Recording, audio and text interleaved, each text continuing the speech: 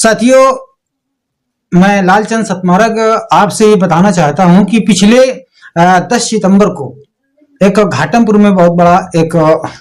हम हादसा ही कहेंगे, क्योंकि यहाँ वीरपुर में एक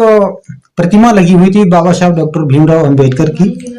जिसमें कि वहां पर पुरानी नींव भरी हुई थी और उसमें टीन सेट के लिए सरकारी पैसा पास हुआ। और उस टीन सेट को बनवाने के लिए जब लोगों ने कार्य शुरू किया तो कुछ वहां के ऐसे हम विरोधी लोग कहेंगे कि वो विरोधी लोग आए और वहां पर उन्होंने ऑब्जेक्शन किया और उन्होंने कहा कि हम इस जगह पर इसको हम नहीं बनवाने देंगे। तो इसी बात को लेकर के मामला आगे बढ़ता है, क्योंकि बात यह थी कि जब वो ऑलरेडी पहले से नींव भरी हुई थी तो उस पर ऑब्जेक्शन लगाने का मकसद सीधे एक विरोध करना है,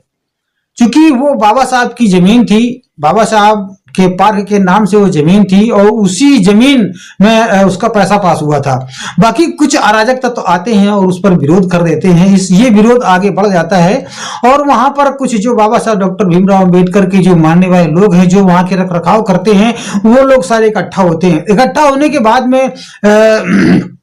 अरविंद कुमार बौद्ध घाटमपुर को सूचना मिलती है, क्योंकि हमारे घाटमपुर क्षेत्र में ये अरविंद कुमार बौद्ध ये भीम आर्मी और बाबा साहब अपने महान पुरुषों का इतिहास के लिए और अपने समाज के लिए लड़ाई लड़ने का काम करते रहते हैं और अपने समाज की आवाज उठाने का काम करते रहते हैं। तो इनसे हमारे घाटमपुर क्षेत्र की एक बहुत बड़ी उम्मीद भी बनी रहती है। तो इसी उम्मीद के चलते वीरपुर के लोगों ने अरविंद कुमार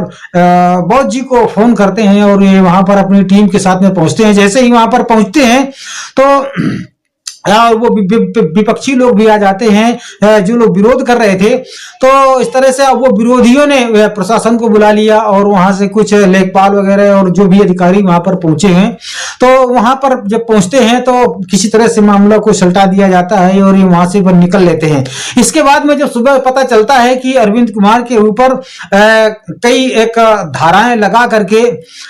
जिससे कि सरकारी कागज को फाड़ देना